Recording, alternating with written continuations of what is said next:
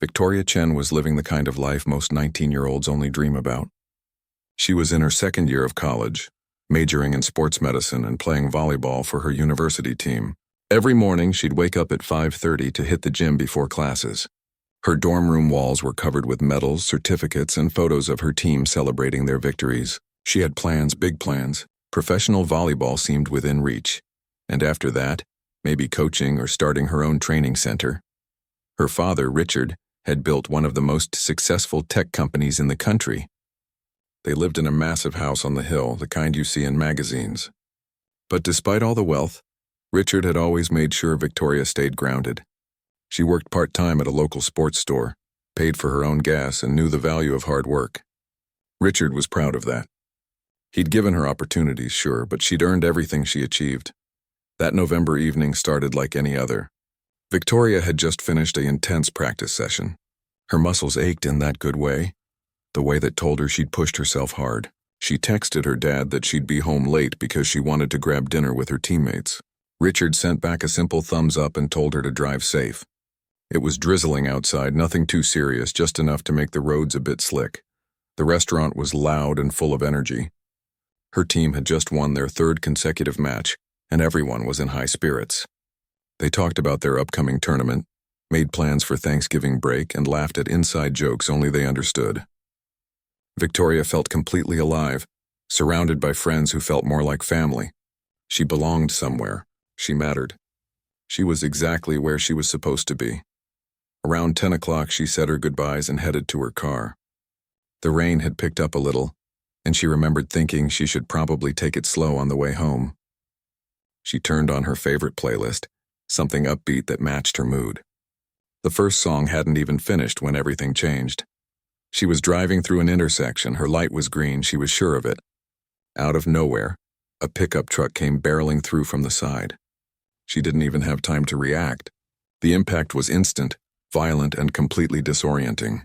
The sound of metal crushing, glass shattering, and then nothing but silence and darkness. When Victoria woke up, she was in a hospital room. The lights were too bright and everything felt foggy. Her father was sitting beside her bed, his eyes red and exhausted. He tried to smile when he saw her awake, but it didn't reach his eyes. Doctors came in and out, checking monitors, asking questions she couldn't focus on. Her mother had passed away when she was 12, so it was just her and her dad now, and the look on his face told her something was terribly wrong. It took 2 days before a doctor finally sat down and explained everything clearly. The drunk driver had hit her car on the driver's side. The impact had caused severe trauma to her spine. They'd done emergency surgery, but the damage was permanent. She was paralyzed from the waist down. Those words hung in the air like a death sentence. Paralyzed, waist down, permanent. Victoria didn't cry at first. She just stared at the ceiling, trying to process what that meant. No more volleyball. No more running. No more dancing at parties or hiking on weekends. She asked the doctor if she'd ever walk again, even though she already knew the answer. He was gentle but honest. The chances were extremely slim, almost impossible. They'd do physical therapy, try everything they could, but she needed to prepare for life in a wheelchair. Richard threw money at the problem because that's what he knew how to do. He hired the best specialists in the country, doctors who'd worked with Olympic athletes and accident victims. He bought a top-of-the-line wheelchair, the kind with all the latest technology. He had their entire house renovated, installing ramps, widening doorways, putting in an elevator, and converting the ground floor bedroom into a fully accessible space for Victoria. He thought if he could just make everything perfect, she'd be okay. But Victoria wasn't okay. Not even close. The first month was filled with physical therapy sessions that left her exhausted and frustrated. Every exercise reminded her of what she'd lost. The therapists were encouraging, telling her she was making progress, but progress toward what? She wasn't going to walk again. What was the point of building upper body strength when her legs would never work? Her friends tried to visit, but she refused to see them. She couldn't bear the pity in their eyes, the awkward conversations where they'd try to act like everything was normal when it clearly wasn't. Her teammates sent cards and flowers, but eventually those stopped coming too. Life moved on for everyone else while hers stood completely still. The second month was worse. Victoria stopped going to therapy altogether. She'd scream at her father when he tried to encourage her. She'd throw things across the room in fits of rage. How could this happen to her? She'd done everything right. She didn't drink, didn't do drugs, always wore her seatbelt, followed the rules. And some random drunk driver had taken everything from her in one moment of stupidity. By the third month, the anger faded into something worse. Depression. Victoria would spend entire days in bed, not bothering to get dressed or even move to her wheelchair. She'd stare out the window at the garden her mother had planted years ago, watching the world continue without her. Birds flew, squirrels chased each other, neighbors walked their dogs. Everyone and everything kept moving forward except her. Richard didn't know what to do. He was a man who solved problems for a living, who built companies from nothing, who turned challenges into opportunities. But he couldn't fix this. He couldn't fix his daughter. He'd sit outside her room at night, listening to her cry, feeling more helpless than he'd ever felt in his entire life. All his money, all his success, all his connections meant absolutely nothing. He hired therapist after therapist, not just physical therapists, but counselors and psychologists too. Victoria refused them all. She'd sit in stony silence during sessions or tell them to leave.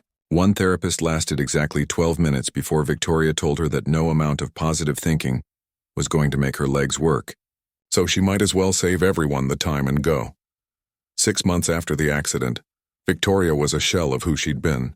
She'd stopped talking to her father beyond one-word answers. She had no interest in anything, no goals, no hope. The girl who used to wake up excited about each new day now dreaded opening her eyes every morning. She'd lay in bed thinking that this was it. This was her life now, just existing in a room, waiting for nothing in particular. Richard would stand in the doorway sometimes, just watching his daughter stare at nothing. He remembered teaching her to ride a bike, watching her score her first volleyball point, dropping her off at college. He remembered her laugh, the way her whole face would light up when she was happy. That girl was gone and he didn't know how to bring her back. The house that used to be filled with Victoria's energy and music was now silent. Her wheelchair sat unused in the corner while she stayed in bed. The expensive equipment gathered dust. Richard had spent hundreds of thousands of dollars on her care, but none of it mattered. His daughter had given up and he was watching her fade away, unable to stop it. The worst part was knowing that somewhere inside his Victoria was still there, trapped in suffering, unable to see any reason to keep fighting. On the other side of town, in a small 2-bedroom apartment, James Martinez was making breakfast for his 8-year-old daughter, Lily. It was 6 in the morning, and he'd already been up for an hour. His day always started early because there was so much to fit in. Make breakfast, pack lunch, get Lily ready for school, drop her off, head to his first job, and somehow find time to be the dad she deserved. James worked as a physical therapist at the Community Rehabilitation Center downtown. It wasn't fancy, and it definitely didn't pay like those private clinics in the wealthy part of the city, but it was honest work helping people who really needed it. Most of his patients couldn't afford expensive private care. They were regular folks, working-class people who'd had accidents or strokes or were born with conditions that made movement difficult. James loved his job because he felt like he was making a real difference. But one job wasn't enough to cover all the bills. Rent, groceries, Lily's medical expenses, school supplies, the list went on. So 3 nights a week, after tucking Lily into bed at his neighbor's apartment, James would drive for a rideshare service until midnight or later. He'd pick up people from bars, drive tourists to hotels, and listen to strangers talk about their lives. It was exhausting, but it kept him afloat. Life hadn't always been this hard. 3 years ago, James had been married to his high school sweetheart, Maria. They'd been happy, really happy. Maria had been a nurse, and together they'd made a good team. They had dreams of buying a house, maybe having another kid, taking family vacations. Normal dreams that normal families have. Then Maria got sick. It started with her feeling tired all the time, which they'd blamed on her long shifts at the hospital.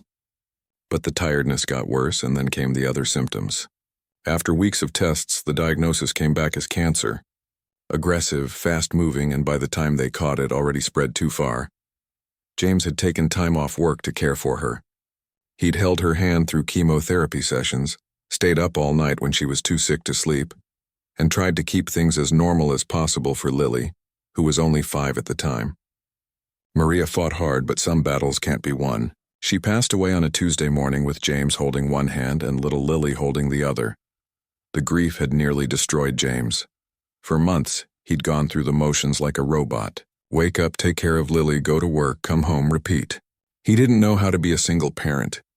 He didn't know how to braid Lily's hair or help her pick out clothes that matched. He definitely didn't know how to explain to a kindergartner why her mommy wasn't coming back. But Lily had saved him in a way. She needed him, and that gave him a reason to keep going. Slowly, day by day, they'd figured it out together. James learned to braid hair by watching videos online. He learned which foods Lily liked and which ones she'd never eat. He showed up to every school event, every parent-teacher conference, every little moment that mattered. Lily had been born with a mild form of cerebral palsy that affected her left leg. She wore a brace and walked with a slight limp, but she never let it slow her down. Maria had always told her that everyone has something that makes them different, and different was just another word for special. James had carried on that message. He'd never treated Lily like she was fragile or limited. If she wanted to try something, he encouraged her to go for it. She took swimming lessons at the community center where James worked. She was on a soccer team for kids with disabilities. She had friends, she laughed constantly, and she had this incredible way of finding joy in the smallest things. A good song on the radio could make her day. Finding a cool rock on the sidewalk was like discovering treasure. James didn't know how he'd gotten so lucky to have such an amazing kid. Money was always tight, though. Lily needed regular physical therapy for her leg, special shoes that cost a fortune, and occasional visits to specialists. James's insurance covered some of it, but not all. There were months when he had to choose between paying the electric bill on time or buying Lily the leg brace adjustment she needed. He always chose Lily, and they'd just deal with late fees later. Despite everything, James never accepted handouts easily. His pride sometimes got in the way, his coworkers knew that. The clinic director had offered to increase his salary multiple times, but James knew the center was barely making ends meet as it was. They served too many patients who couldn't pay, and James wasn't about to take money that could go toward helping someone else. He'd also turned down job offers from fancy private clinics on the other side of town. They'd offered him double, sometimes triple what he made now. The hours would be better, the facilities nicer, the patients wealthy enough to afford the best care. But something about it didn't sit right with James. Maria used to say that the measure of a person wasn't how much money they made, but how many lives they touched. He carried that with him. At the community center, James worked with kids who reminded him of Lily. He worked with elderly folks who'd had strokes and couldn't afford nursing homes. He worked with construction workers who'd been injured on the job and just needed someone to believe they could get back to work. These people became like family to him. He knew their stories, their struggles, their small victories. His co-workers loved him. James was the guy who stayed late to help a patient who was struggling. He was the one who'd bring in extra lunch to share with anyone who forgot theirs. He remembered everyone's birthdays and always had an encouraging word when someone was having a rough day. The clinic felt different when James was there. Warmer somehow, more hopeful. Lily would often come to the center after school. She'd do her homework in the break room while James finished with his last few patients. The other therapists and patients adored her. She'd draw pictures for people who were having bad days. She'd cheer when someone accomplished something new in therapy. One elderly patient told James that seeing Lily's smile was better medicine than anything a doctor could prescribe. In the evenings, after work and before his driving shift, James and Lily had their special time together. They'd cook dinner, nothing fancy, usually pasta or tacos or something simple. They'd eat at their small kitchen table, and Lily would tell him everything about her day. Who she played with at recess, what she learned in science class, how she scored a goal in soccer practice. James listened to every word like it was the most important thing he'd ever heard. Some nights when James didn't have to drive, they'd watch a movie together or play board games. Lily always wanted to play one more round, and James could never say no to her. These were the moments that made everything worth it. The long hours, the exhaustion, the financial stress, none of it mattered when he saw his daughter happy and thriving. But James worried about the future. Lily would need more medical care as she got older. What if something happened to him? He had a little life insurance, but not much. He had some savings, but it wouldn't last long if he couldn't work. He worried about affording college for her someday, about making sure she had every opportunity to succeed despite her disability. Still, James kept a positive attitude. He'd learned from losing Maria that life was unpredictable and precious. You couldn't control everything, so you had to appreciate what you had. He had Lily. He had his health. He had work that meant something. That was more than a lot of people could say. His neighbors in the apartment building looked out for them. Mrs. Patterson next door watched Lily on the nights James had to drive. She refused to take payment, saying that Lily was such a sweet girl it was no trouble at all. The family downstairs would bring up extra groceries sometimes, claiming they'd accidentally bought too much. James knew what they were doing, and while his pride wanted to refuse, his practical side knew Lily needed to eat. James lived by a simple philosophy that Maria had taught him.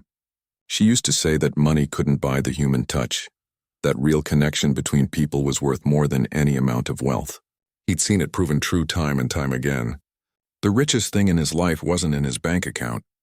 It was sitting across from him at dinner every night, telling him knock-knock jokes that didn't quite make sense but made him laugh anyway.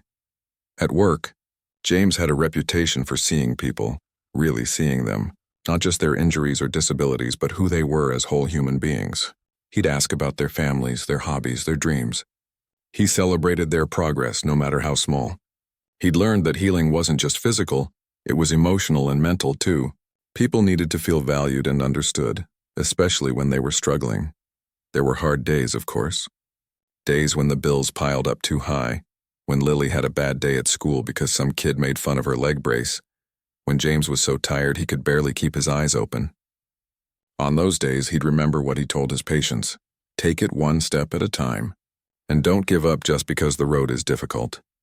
James never imagined that his simple life, his dedication to helping others and his genuine kindness would soon intersect with someone who'd lost all hope. He didn't know that across town a desperate father was running out of options. He couldn't have known that a single phone call would change not just his life, but the lives of everyone involved. Sometimes the most ordinary people end up doing the most. Richard Chen sat in his home office, staring at a list of phone numbers he'd compiled over the past week. Physical therapy centers, rehabilitation facilities, counseling services, anyone who might be able to help his daughter. He'd already burned through 10 therapists, and Victoria had refused to see any of them after the first session. His assistant had quit yesterday after Victoria had another one of her outbursts. He was running out of options and out of hope. Every professional he'd hired had come with impressive credentials and high price tags, but none of them had been able to reach Victoria.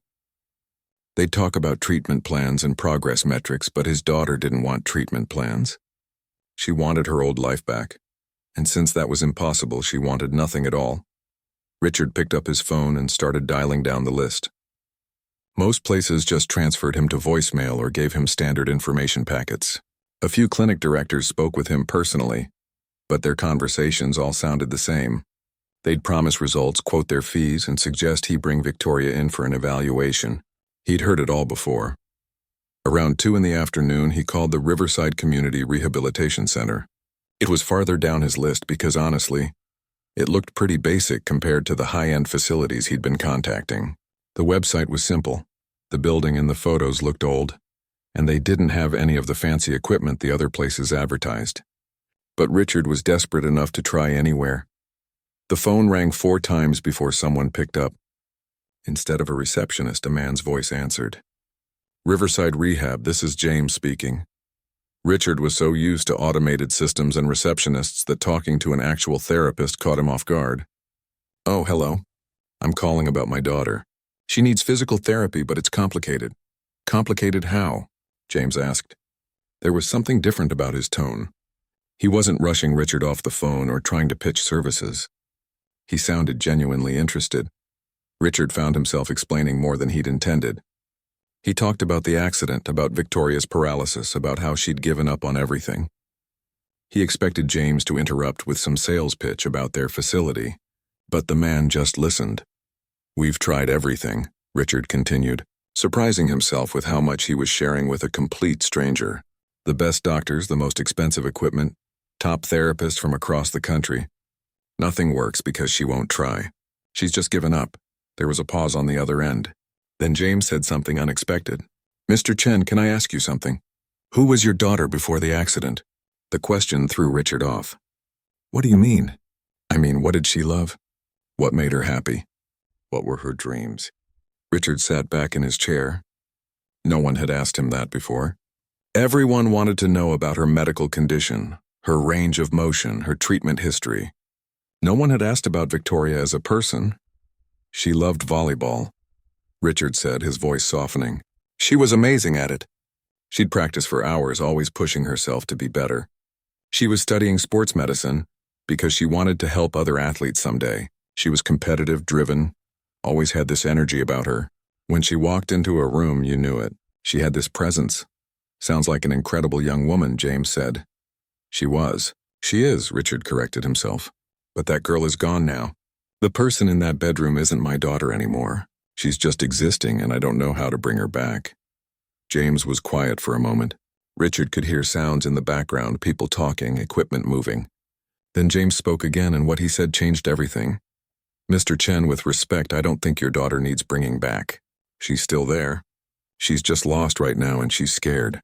What happened to her was traumatic, and she's grieving. She's grieving the life she thought she'd have, the person she thought she'd be.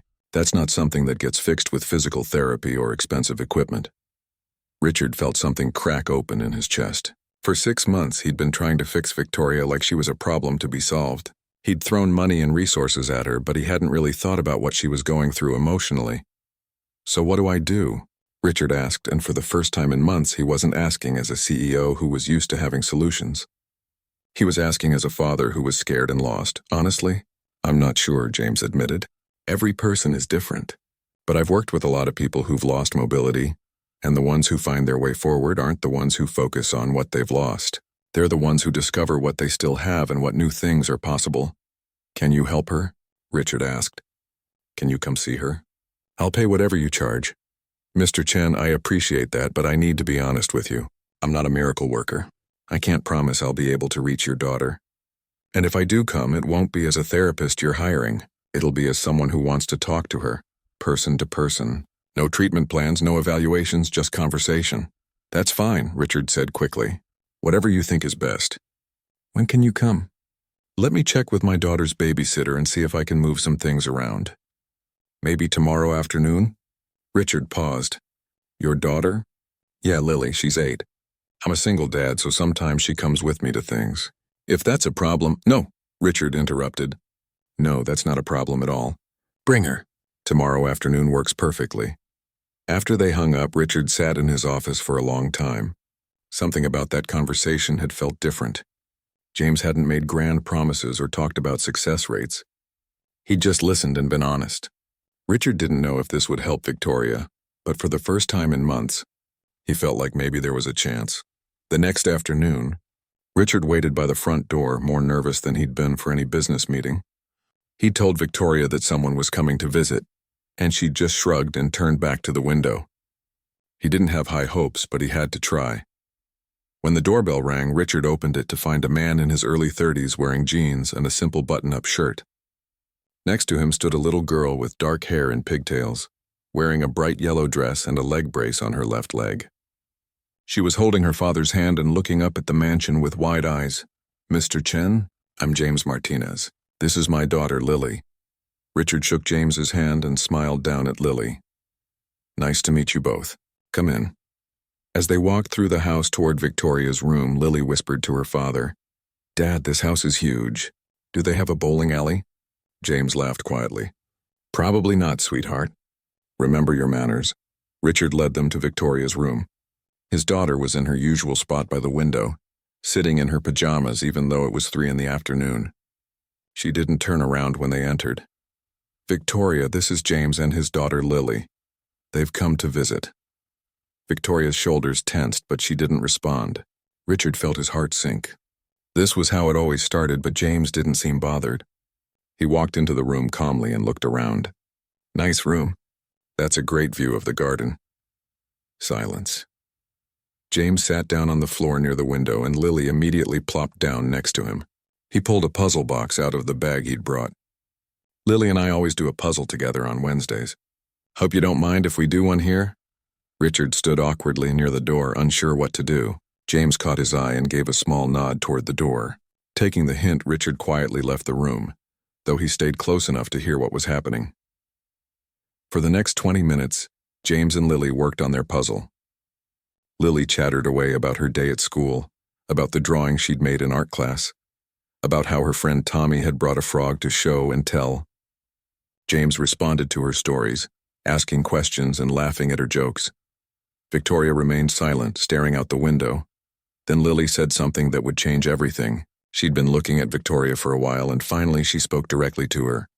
"You have really pretty hair. It's so long and shiny.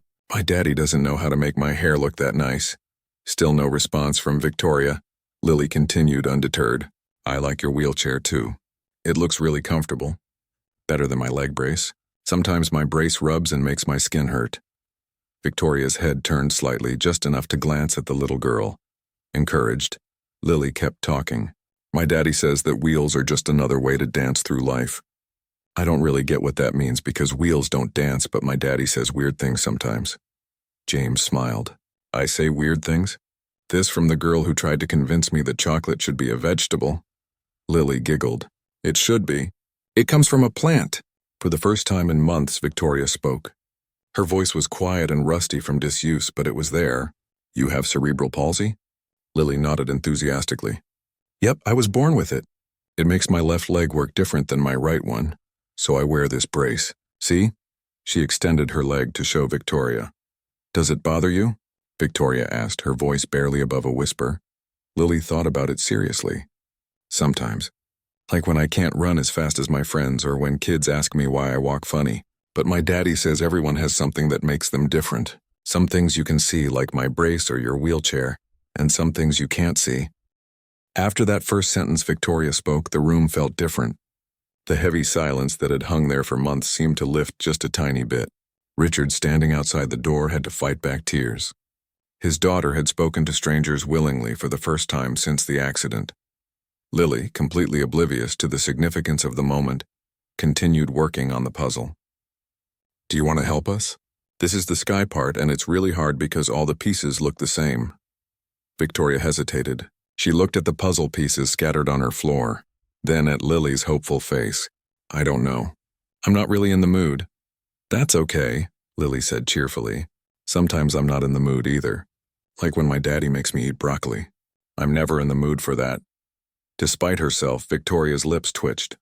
It wasn't quite a smile, but it was close. James continued fitting pieces together, his movements calm and unhurried. "You know what I've learned working with people? Sometimes the things we think we can't do are just things we haven't tried yet. Not because we're incapable, but because we're scared or hurt or just not ready." Victoria's defenses went up immediately. "Is this the part where you give me an inspirational speech about overcoming obstacles? Because I've heard them all. They don't help." "No speech," James said simply. "Just an observation. And you're right, speeches don't help. They're just words. What helps is finding one small thing, just one, that makes you feel like yourself again."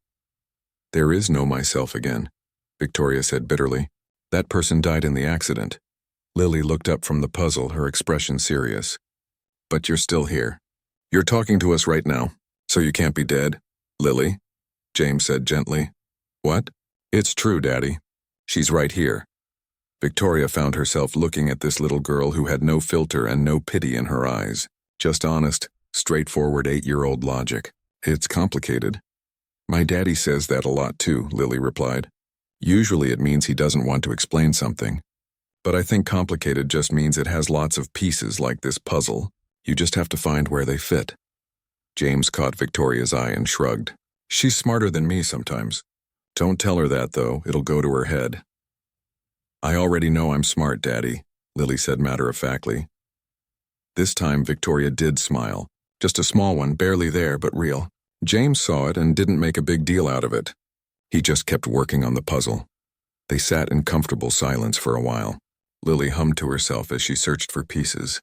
James occasionally made comments about the puzzle or asked Lily about her homework. And slowly, gradually, Victoria found herself wheeling a little closer to watch what they were doing. "The edge pieces go first, right?" Victoria said quietly. Lily's face lit up. "Yeah, do you see any? I can never find them all." Victoria scanned the scattered pieces and pointed to one near Lily's knee. "That one there. It has a straight edge." "Oh yeah. Good eye." Lily grabbed it and tried to fit it into the border they were building. Richard, still listening from outside, had to step away for a moment. He walked to his own office and sat down heavily in his chair. 6 months. 6 months of expensive therapists and doctors, and none of them had gotten Victoria to engage like this. And here was this man who'd sat on the floor with a puzzle, and his 8-year-old daughter, treating Victoria like a regular person instead of a patient. Back in Victoria's room, the puzzle was slowly coming together. Victoria had wheeled close enough to reach the pieces now and was actively helping. She hadn't committed to sitting on the floor with them, but she was participating. "So what grade are you in, Lily?" Victoria asked. "3rd grade. I like it except for math. Math is hard." "I used to be good at math," Victoria said. "Before." She always added that word now. "Before the accident. Before her life ended." "You can still be good at math," Lily said. "Numbers didn't change just because you got hurt." James hid a smile. "Out of the mouths of children. I guess that's true," Victoria admitted. "I just haven't thought about school or anything like that in a long time." "Were you in college?" James asked casually. "Yeah, 2nd year, sports medicine major." Victoria's voice got quieter. "Lot of good that does me now. Why?" Lily asked. "Don't people in wheelchairs play sports?" "I saw the Olympics once and there were people in wheelchairs doing basketball. It looked really cool." Victoria had actually forgotten about adaptive sports. In her mind, the accident had closed every door related to athletics. But Lily was right. There were adaptive sports, wheelchair basketball, tennis, racing. "I suppose some people do," Victoria said carefully. "Maybe you could do that," Lily suggested. "Then you could still do sports medicine stuff. You'd probably be really good at it because you'd understand what the athletes go through." James looked at his daughter with pride. She had this way of seeing possibilities where others saw limitations. He'd never coached her to say these things. This was just who Lily was, untainted by the kind of prejudice and pity that adults carried. They worked on the puzzle for another half hour. The conversation drifted to other topics. Lily talked about her cat, about swimming lessons, about a movie she wanted to see. Victoria found herself actually listening, even asking questions. It felt strange to care about anything again, even something as small as a kid's stories. When the puzzle was about halfway done, James checked his watch. "We should probably head out soon, Lil. We've got to get dinner started." "Oh, but we didn't finish the puzzle," Lily protested. "We can come back and work on it another time, if that's okay with Victoria." Both James and Lily looked at Victoria. She felt panic rise in her chest. Another time meant they were coming back, meant she'd have to interact again, meant letting people in. Her instinct was to say no, to close the door on this before it went any further. But something stopped her. Maybe it was how normal the last hour had felt. Maybe it was Lily's genuine enthusiasm. Maybe it was just that she was tired of being alone. "Yeah," Victoria heard herself say. "Yeah, you can come back. If you want to," Lily beamed. "Yay, we'll bring a different puzzle next time. A harder one since you're so good at finding pieces." James stood up and offered his hand to Lily to help her up. "It was nice meeting you, Victoria. Really nice." "You too," Victoria said. And she meant it. As they walked toward the door, Lily turned back. "Oh, I almost forgot. Do you like to draw? I brought some of my drawings to show you, but we were doing the puzzle. Next time?" "Sure," Victoria said. "Next time." After they left, Victoria sat in her room staring at the half-completed puzzle on her floor. For the first time in 6 months, her room felt less like a prison. She wheeled over to the puzzle and picked up a piece, turning it over in her hands. Richard appeared in the doorway cautiously. "They seemed nice." "Yeah," Victoria said. She didn't look at her father, but she didn't tell him to leave either. "They did. Would you like me to ask them to come back?" Victoria placed the puzzle piece where it belonged. "They're already coming back. We have to finish this." Richard felt hope bloom in his chest for the first time in half a year. It wasn't much, just a puzzle and a promise of another visit, but it was something. It was more than they'd had yesterday. That night, Victoria didn't go to bed right away. She sat by the puzzle, adding a few more pieces. She thought about Lily, this kid who had every reason to be upset about her own situation but chose to be happy instead. She thought about James, who had listened to her bitterness without judgment and had treated her like a person worth knowing. She thought about what Lily had said. "You're still here." Victoria looked down at her hands, at her arms that still worked, at her mind that was still sharp. The accident had taken her legs, but it hadn't taken everything. She'd been so focused on what she'd lost that she hadn't considered what remained. It was a tiny shift, barely noticeable, but it was there. A crack in the wall she'd built around herself. And for the first time since that rainy November night, Victoria felt something other than despair. She felt curious. Curious about what James and Lily would bring next time. Curious about whether she could actually finish this puzzle. Curious about whether there might be something, anything worth sticking around for. 3 days later, James and Lily came back, just like they'd promised. This time, Victoria was dressed in regular clothes instead of pajamas. She'd even brushed her hair. They brought a new puzzle and some of Lily's drawings, which were colorful and chaotic and made Victoria laugh. And just like that, Wednesday visits became a routine. James never pushed physical therapy or treatment. He never pitied Victoria or treated her like she was broken. He just showed up, brought his daughter, and gave Victoria something she hadn't realized she was missing. Normal human connection. Lily would talk about her week. Her school dramas, her small triumphs and frustrations.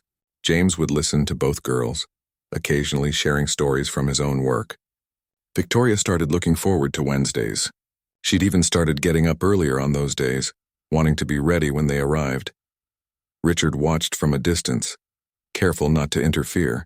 He'd offered to pay James for his time, but James had refused every attempt. "We're not here as therapists," James had said. "We're here as friends. You don't pay friends for their time." It was a concept Richard was still trying to wrap his head around. In his world, everything had a price. Everything was a transaction. 2 months into their Wednesday visits, something remarkable was happening. Victoria's room, which had felt like a tomb for so long, now had signs of life. The puzzle collection had grown to 5 completed ones, which she'd had Richard frame and hang on her walls. There were drawings from Lily scattered on her desk, bright crayon pictures of cats and rainbows and the 3 of them together. Victoria had even started sketching again herself, something she used to do before the accident, but had abandoned along with everything else. James never explicitly suggested physical therapy, but he had a subtle way of encouraging movement. He'd place the puzzle pieces just slightly out of easy reach, so Victoria had to stretch or shift to grab them. He'd ask her to show him things across the room. Small things, natural things that got her moving without making it feel like exercise. One Wednesday, James brought someone with him alongside Lily, a woman in her 40s, also in a wheelchair, dressed in chef's whites. "Victoria, this is Helen. She works at a restaurant downtown, makes the best pasta I've ever had." Helen wheeled herself into the room confidently, a warm smile on her face. "Nice to meet you, Victoria. James has told me a bit about you." Victoria felt immediately defensive. "What exactly did he tell you?" "That you used to study sports medicine and that you're fantastic at puzzles," Helen said easily. "Also that you might appreciate meeting someone who's been where you are." Victoria's walls went up. "I'm not really interested in inspiration stories," Helen laughed. "Good, because I'm not here to inspire you. I'm just here because James invited me to lunch and I never turned down free food." Despite herself, Victoria was curious. "How long have you been in a wheelchair?" 12 years. Car accident, similar to yours from what James mentioned. Paralyzed from the waist down." Helen said it so casually, like she was talking about the weather. "And you're a chef?" "Head chef, actually. Opened my own restaurant 5 years ago." Helen pulled out her phone and showed Victoria pictures. "It's small, only seats about 40 people, but it's mine." Victoria stared at the photos. The restaurant looked beautiful, busy, successful. "How did you do that?" "After the accident, I mean." Helen settled her wheelchair comfortably. "Well, it wasn't some magical overnight transformation, if that's what you're asking. For the first year, I was angry. Really angry. I'd been a chef before the accident, too, and everyone told me I should quit. They said restaurant kitchens were too dangerous, too fast-paced, not accessible, but you didn't quit. Hell no. Cooking was the only thing that made sense to me. So I figured out how to adapt. Lower counters, reorganized workspace, learned to do things differently but just as well. Better, actually, because I had to think creatively about every task." Lily, who had been quietly coloring, looked up. "Helen makes the best chocolate cake in the world." "She gave me a piece last time and I almost cried." Helen grinned. "That's my secret weapon. Make food so good, people forget everything else." They talked for over an hour. Helen didn't sugarcoat anything. She talked about the hard days, the setbacks, the times she'd wanted to give up. But she also talked about the satisfaction of proving people wrong, of building something new, of discovering that her life wasn't over, just different. When Helen left, Victoria was quiet for a long time. James didn't push her to talk about it. He just sat there, available if she needed him. Finally, Victoria spoke. "Do you bring everyone you work with to meet me?" James smiled. "Only the ones I think you'd connect with. Helen's not a patient of mine, by the way. She's a friend. We met at an adaptive sports event a few years back." "Adaptive sports," Victoria repeated. "Lily mentioned those before." "Yeah, there's a whole world of it. Basketball, tennis, racing, swimming. Some of my patients compete. Actually, there's a guy I work with, Kevin, who races. He's training for a marathon right now." Victoria tried to imagine herself doing any of those things and couldn't quite picture it. But for the first time, the idea didn't seem completely impossible. Over the next few weeks, James introduced Victoria to 3 more people. Kevin, the marathon racer who showed her videos of his competitions and talked about the rush of pushing his limits. Patricia, a high school teacher in a wheelchair, who talked about how her students didn't even notice her disability after the first week. And David, a graphic designer who'd turned his paralysis into his motivation to work from home and spend more time with his kids. None of them pretended that being paralyzed was easy or great. They all had struggles, bad days, frustrations, but they also had full lives. They had careers, relationships, hobbies, dreams. They were whole people who happened to use wheelchairs. Victoria started asking questions. Not just polite questions, but real ones. How do you date? How do you handle people staring? How do you deal with buildings that aren't accessible? What about the days when you just hate everything? And they answered honestly. They told her about the good, the bad, and the mundane. They treated her like someone who was joining a club she never wanted to be part of. But here she was, and they'd help her figure it out. One evening, after everyone had left, Victoria approached her father in his office. Richard looked up, surprised. Victoria rarely sought him out anymore. "Dad, I've been thinking." "About what, sweetheart?" Victoria took a deep breath. "I want to try physical therapy again. Real therapy, not just the stretching exercises. I want to get stronger." Richard's heart leaped, but he kept his voice calm. "Okay, I can call that specialist from Los Angeles again, or—" "No," Victoria interrupted. "I want to work with James at his clinic." Richard paused. "The community center?" "Victoria, I can afford much better facilities. I don't want better facilities. I want James. He understands and I trust him. Plus, if I'm going to do this, I want to be around other people who are actually dealing with real life. Not some fancy clinic where everything's perfect and fake." Richard studied his daughter. There was something different in her eyes. Not quite hope, but determination. She wasn't doing this because he'd pushed her. She was choosing it herself. If that's what you want, then that's what we'll do.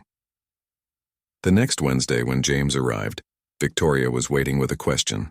"How would you feel about taking me on as an actual patient?" "At your clinic?" James looked surprised. "Really? You know my clinic isn't fancy, right?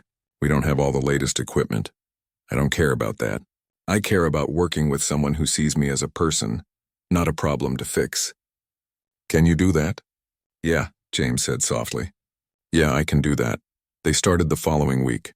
Richard drove Victoria to the Riverside Community Rehabilitation Center, and she was nervous the whole way there.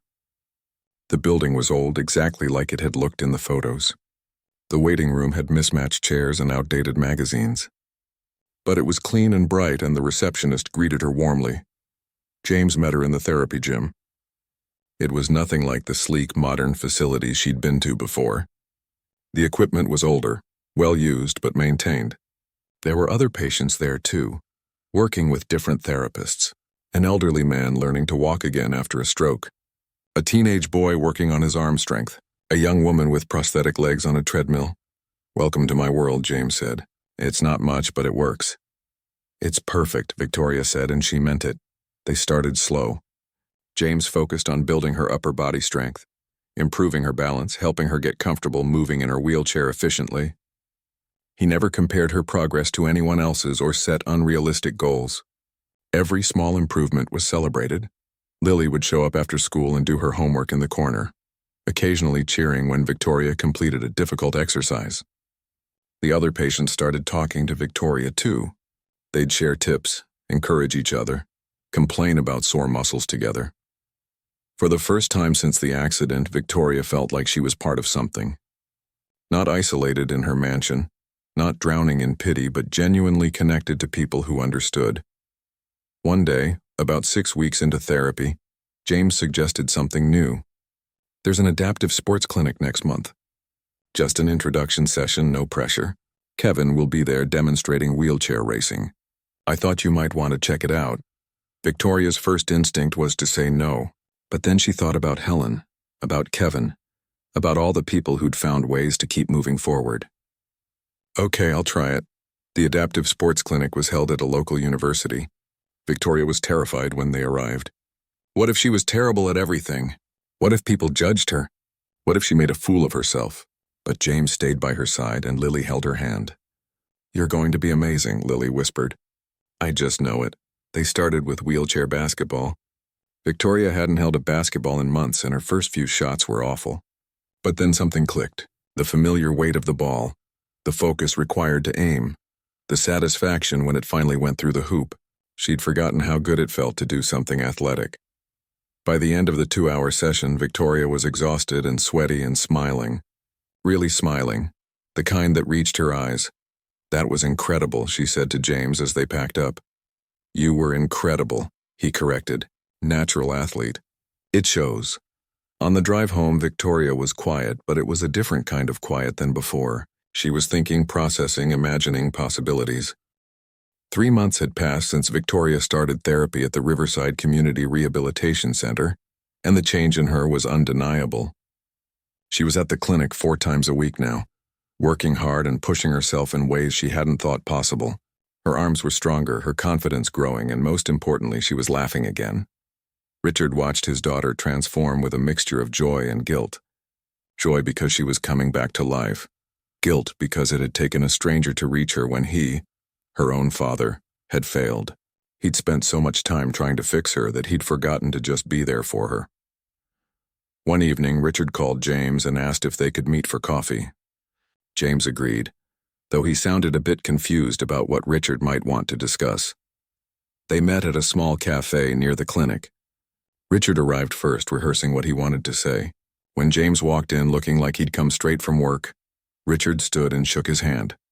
Thanks for meeting me, Richard said as they sat down. Of course.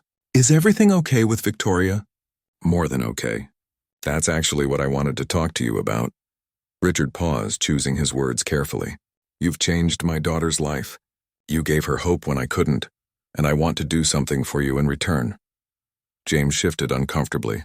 Mr. Chen, I didn't do anything expecting payment. Victoria's a great person and— Please, let me finish, Richard interrupted gently. I've done a lot of thinking these past few months. I've watched you work with Victoria, seen your dedication not just to her but to all your patients.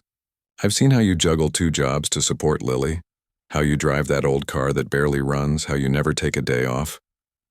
James frowned slightly. I'm fine, really. We're managing.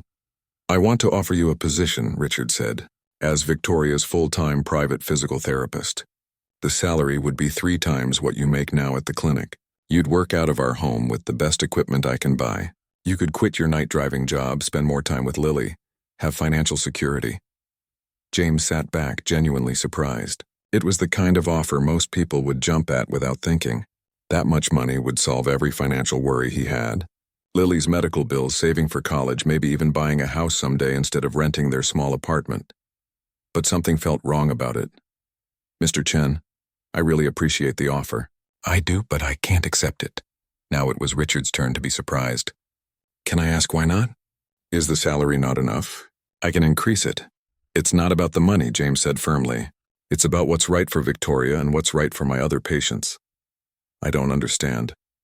James leaned forward. Victoria is doing so well partly because she's around other people who are going through similar struggles. She's part of a community at the clinic.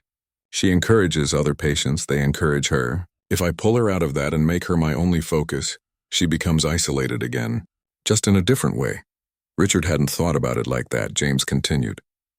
And my other patients need me too. Mrs. Patterson, who's recovering from her stroke. Tommy, the kid with muscular dystrophy who looks forward to our sessions because they're the highlight of his week. The people at my clinic can't afford private therapists. If I leave, I'm abandoning them.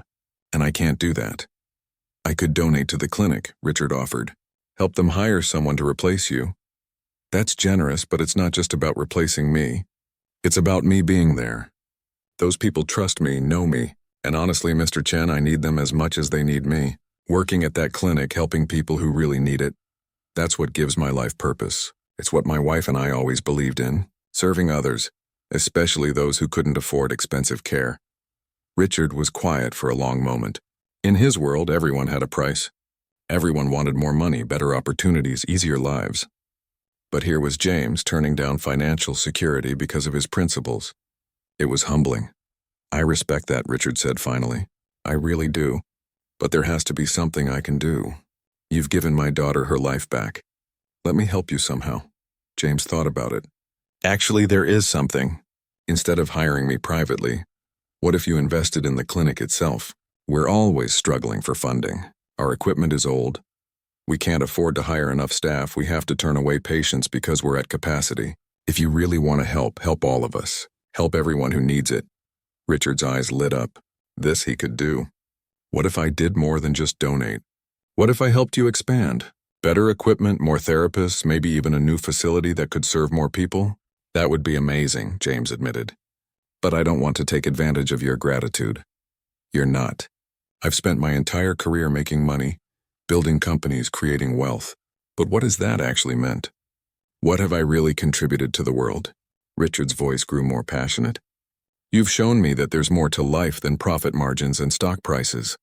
Let me put my resources towards something that actually matters. They talked for another hour, sketching out ideas on napkins. Richard could fund a new wing for the clinic, purchase state-of-the-art equipment, establish a scholarship program for patients who couldn't afford treatment. He could use his business connections to create partnerships with medical equipment companies, getting supplies at reduced costs. James was excited but also cautious. I don't want this to change what we do. We're not a luxury facility. We serve everyone regardless of their ability to pay. I wouldn't want it any other way, Richard assured him. That's exactly what makes your work important. Over the next few weeks, Richard threw himself into the project with the same intensity he brought to his business ventures. But this time it felt different. He wasn't doing it for profit or recognition. He was doing it because it was right. He met with the clinic's director, toured the facility, talked to staff and patients. He heard their stories, learned about their struggles, and understood why James was so committed to this place. These weren't just patients. They were people fighting every day to reclaim their lives, often without the resources or support they needed. Richard established the Chen Foundation for Accessible Healthcare. Within 2 months, they'd broken ground on a new addition to the clinic that would double its capacity. New equipment started arriving. The clinic hired 3 more therapists, a full-time counselor, and support staff. But Richard made sure James's philosophy remained at the heart of everything. Treatment was still affordable or free for those who couldn't pay. The focus stayed on serving the community, not maximizing profits. Every decision was made with patients in mind. Victoria was thrilled when she heard what her father was doing. Dad, this is incredible. Do you realize how many people you're going to help? We're going to help, Richard corrected. This was inspired by you and James. You showed me what really matters. For the first time in years, Richard felt fulfilled in a way business success had never provided. He started spending less time at his tech company, delegating more responsibilities to his executives, and more time working with the foundation. He'd go to the clinic and talk to patients, hear their stories, understand their needs. The other patients loved him. Here was this wealthy CEO, wearing jeans instead of suits, sitting in the waiting room chatting with everyone like he was just another person. He'd remember names, ask about people's progress, celebrate their victories. One day, Victoria asked her father, "Do you miss it? Running your company full-time?" Richard thought about it honestly. "No, I thought I would, but I don't. For years, I measured my worth by my net worth. How much money did I make? How successful was my company? But that stuff feels empty now. Watching you get stronger, seeing the clinic help more people, being part of something that actually changes lives, that's worth more than any profit margin." James watched Richard's transformation with quiet appreciation. He'd never expected his refusal of the private position would lead to all this. But he was glad he'd stuck to his principles. If he'd taken the money and isolated himself with just Victoria, none of this would have happened. The clinic wouldn't have expanded. Hundreds of other patients wouldn't have gotten the help they needed. One evening, after therapy, James was packing up his things when Richard approached him. "I need to thank you again," Richard said. "Mr. Chen, you've thanked me enough. Your support of the clinic is more than I ever imagined. I'm not talking about that. I'm talking about teaching me what really matters. I spent Victoria's whole life providing for her financially, but I forgot to just be her dad. You showed me that the best things in life, the things that actually matter, can't be bought. They have to be built through connection, through showing up, through caring." James smiled. "You're a good father, Mr. Chen. Victoria knows you love her. Call me Richard. I think we're past formalities." "Only if you start calling me James instead of Mr. Martinez," James replied with a grin. They shook hands, but it felt like more than that. It felt like a real friendship, built on mutual respect and shared values. That weekend, Richard did something he hadn't done in years. He cleared his entire schedule. No business calls, no emails, no meetings. He spent the whole day with Victoria, just the two of them. They went to an accessible art gallery she'd wanted to visit. They had lunch at Helen's restaurant. Everything seemed to be going well. Victoria was thriving at the clinic. Richard was deeply involved with the foundation, and the expansion project was ahead of schedule. Life had settled into a comfortable rhythm. Then, on a random Tuesday evening, everything almost fell apart. James was driving home from his evening shift with the rideshare service when his car started making a horrible grinding noise. He managed to pull over just before the engine died completely. Smoke poured from under the hood. James sat there in the dark, hands gripping the steering wheel, fighting back panic. He called a tow truck, and they took the car to a mechanic he'd used before. The diagnosis came the next morning, and it was bad. The transmission was completely shot, and the engine had serious problems too. The repair estimate was $8,000. The mechanic looked sympathetic as he delivered the news. "Honestly, James, this car isn't worth fixing. You'd be better off putting that money towards something newer." But James didn't have $8,000. He barely had $800 in his savings. His carefully balanced budget had no room for this kind of emergency. Without a car, James couldn't get to work. The clinic was across town, too far to walk, and public transportation would take 2 hours each way. He definitely couldn't do his evening driving job without a vehicle. That meant losing income right when he needed it most. James called his supervisor at the clinic, explaining the situation. They were understanding, but couldn't offer much help. They didn't have funds to advance him money, and they needed him at work. He'd have to use his vacation days until he figured something out, but vacation days didn't pay the bills. For the next few days, James scrambled to find solutions. He looked into loans, but his credit wasn't great and the interest rates were terrible. He asked his neighbor if he could borrow her car sometimes, but she needed it for her own work. He even considered buying the cheapest used car he could find, but that would drain his entire savings and leave nothing for Lily's upcoming medical expenses. He didn't tell anyone at the clinic what was happening. He was too proud, too used to being the one who helped others instead of needing help himself. He especially didn't want Victoria or Richard to know. They'd offered him money before, and he'd refused on principle. How could he go to them now? But Lily knew something was wrong. Kids always know. She watched her father stress about money, saw him up late looking at car listings online, noticed how quiet and worried he'd become. One afternoon, Lily went to her weekly tutoring session at the library. Victoria had started volunteering there, helping kids with homework as part of her own journey toward studying counseling. Lily sat down with her books but couldn't focus. Finally, she looked up at Victoria. "Victoria, can I ask you something?" "Of course, sweetie." "What's up? If someone you cared about needed help but was too proud to ask for it, what would you do?" Victoria set down the book she was holding. "That's a pretty serious question. Is this about someone specific?" Lily nodded, her eyes filling with tears. "It's my dad. His car broke and he can't afford to fix it, and now he can't work and he won't tell anyone because he doesn't want people to think he can't take care of me, but he's so sad and stressed and I don't know what to do." The words tumbled out in a rush, and by the end, Lily was crying. Victoria wheeled around the table and pulled the little girl into a hug. "Oh, Lily, I'm so sorry. How long has this been going on?" "A week. He's been taking the bus to some places, but it takes forever. And he can't do his night job at all, and we need that money for my doctor appointments and— Hey, it's okay, Victoria soothed. We're going to help, okay? Your dad has helped so many people. Now it's our turn to help him, but he won't accept it. He's stubborn. Victoria smiled despite the situation. Yeah, I've noticed. But sometimes people need help whether they want it or not. Let me talk to my dad. That evening, Victoria called her father into her room. Dad, we have a problem. She explained everything Lily had told her. Richard's expression shifted from concern to understanding to determination. Why didn't James tell us? Richard asked. Because he's spent his whole life taking care of other people and doesn't know how to let people take care of him, Victoria said. But we can't let him struggle with this. Not after everything he's done for us, Richard nodded. Agreed, but if we just throw money at him, he'll refuse.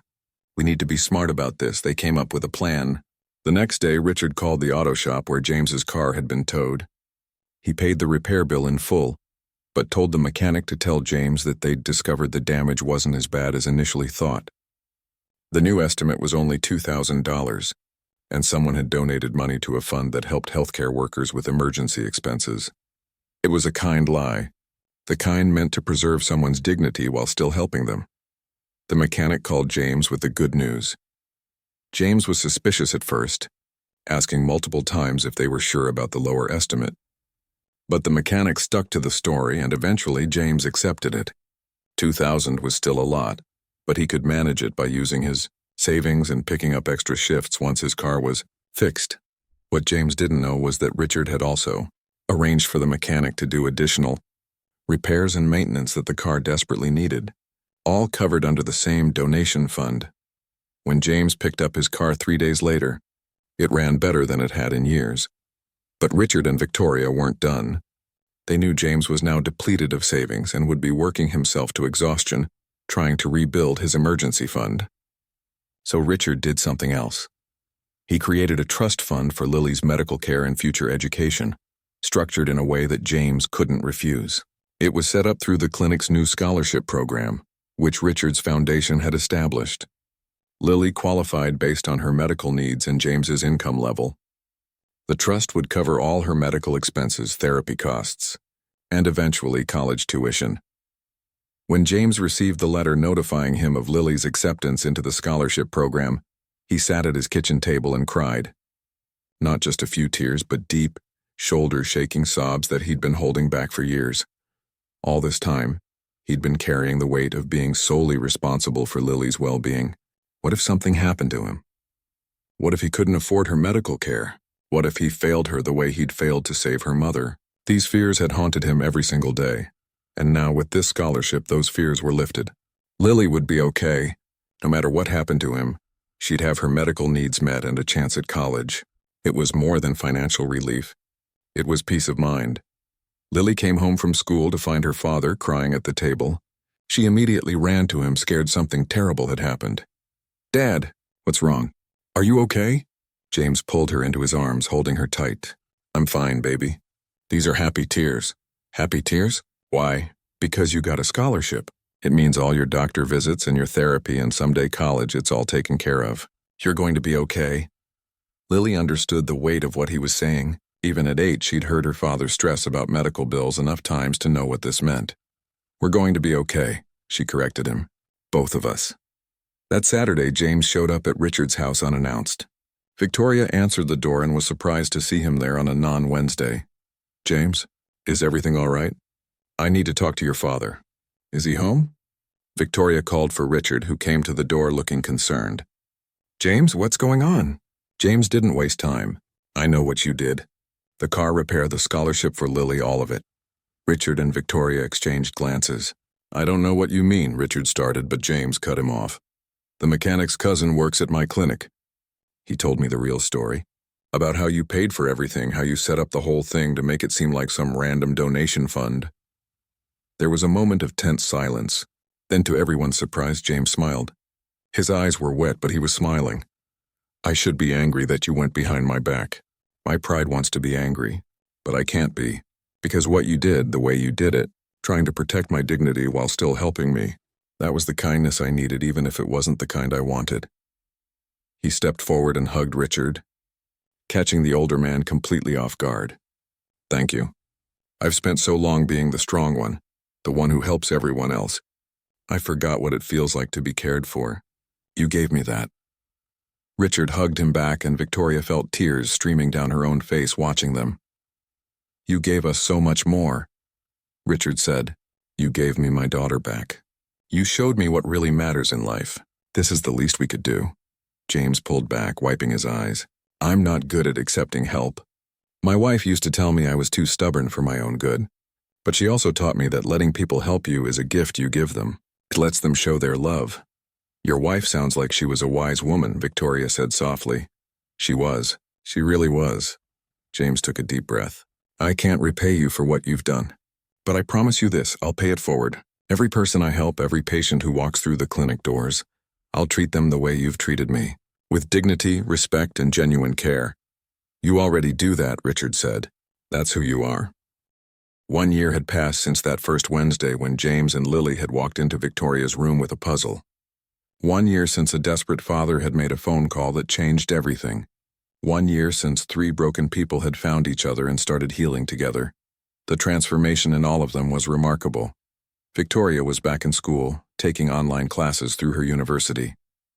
She'd changed her major to counseling with a focus on trauma and disability. Her professors were impressed with her insight and her passion for the work. She was also volunteering 20 hours a week at the clinic, working with newly injured patients who were struggling with their diagnosis. "You understand what I'm going through," a young man told her during one of their sessions. He'd been paralyzed in a motorcycle accident 2 months earlier and was drowning in depression. "I do," Victoria said honestly, "and I'm not going to lie and tell you it's easy, or that you'll wake up one day and everything will be fine. But I can tell you that life isn't over. It's different now, and different can still be good. It just takes time to see that." She showed him videos of her playing wheelchair basketball, which she'd gotten heavily into. She'd even joined a competitive league and was training several times a week. The young man watched in amazement. "You can really do all that?" "I can, and so can you. Not basketball specifically, maybe that's not your thing. But there's adaptive everything. Sports, art, music, whatever you loved before, there's probably a way to do it still. You just have to be willing to try." Victoria had also started a blog about her journey. She wrote honestly about the bad days along with the good, about her struggles and her victories. The blog had gained a following of people dealing with similar challenges, and she'd created a real online community where people supported each other. But one of the things she was most proud of was her relationship with her father. Richard came to every single one of her basketball games, cheering louder than anyone else in the crowd. They had dinner together every night, really talking about their days, their dreams, their lives. The mansion that had once felt like a cold, empty museum now felt like a real home. Richard's life had changed just as dramatically. He'd stepped down as CEO of his tech company, staying on only as chairman of the board. His real passion now was the foundation. The Riverside Community Rehabilitation Center had expanded beyond anyone's expectations. The new wing was complete, state-of-the-art, but still maintaining the warm, community-focused atmosphere that made it special. They'd also opened 2 satellite clinics in underserved neighborhoods, providing free or low-cost therapy to families who couldn't afford it otherwise. Richard spent most of his days at these clinics, not in an office but on the floor, talking to patients, understanding their needs, finding ways to help. His business colleagues thought he'd lost his mind, walking away from his company at the height of his success. But Richard had never been happier or felt more fulfilled. He'd discovered that true wealth wasn't measured in his bank account, but in the lives he touched. "Don't you miss the corporate world?" one of his old friends asked at a dinner party. "Not even a little bit," Richard answered honestly. "I spent 30 years building something that made me rich but left me empty. Now I'm building something that makes me feel alive." There's no comparison. He'd also become a different kind of father. He knew Victoria's class schedule, her basketball practice times, the names of her friends. He listened when she talked instead of checking his phone. He showed up, really showed up, in a way he never had before. James's life had evolved too, though in quieter ways. He was still at the clinic, but now as the director of physical therapy overseeing a team of 8 therapists. The promotion had come with a significant raise, which meant he'd finally been able to quit his night driving job. For the first time in 3 years, he had evenings free to spend with Lily. They'd moved to a better apartment.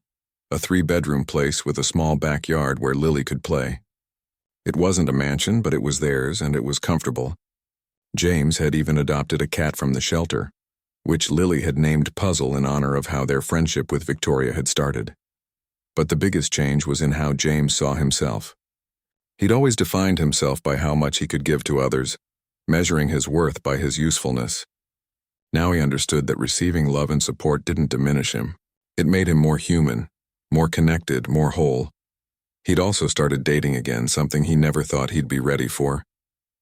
A teacher at Lily's school had asked him out for coffee, and to his own surprise, he'd said yes. It was early, nothing serious yet, but it felt good to open his heart to the possibility of love again. His late wife would have wanted that for him. Lily was thriving in ways that amazed everyone who knew her.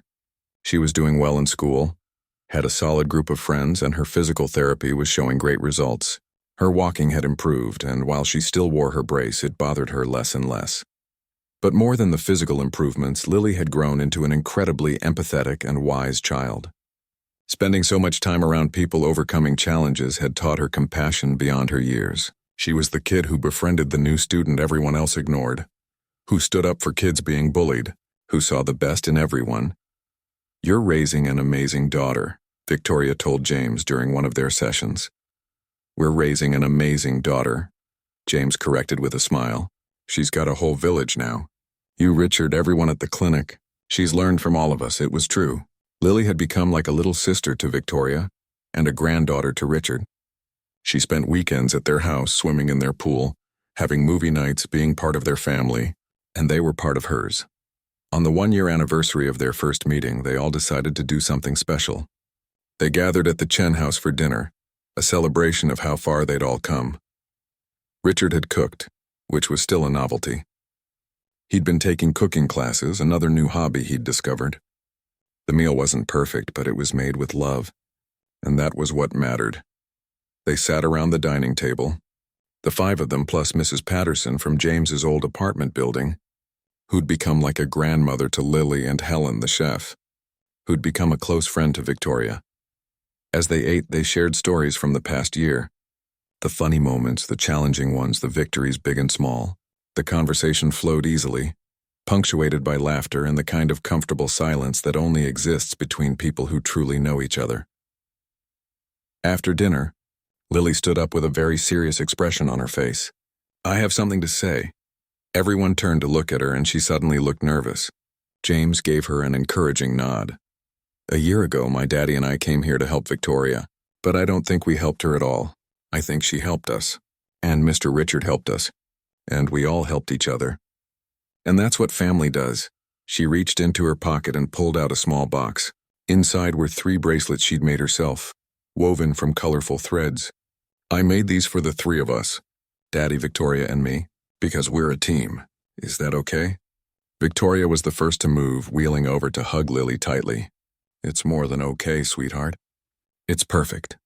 James and Victoria put on their bracelets, and Lily beamed with pride. Richard had to wipe his eyes, moved by the simple gesture. Later in the evening, after Lily had fallen asleep on the couch and Mrs. Patterson had headed home, the adults sat in the living room talking quietly. "You know what's funny?" Victoria said. "A year ago I thought my life was over. I couldn't see any reason to keep going. And now I can't imagine my life any other way. I love what I'm studying.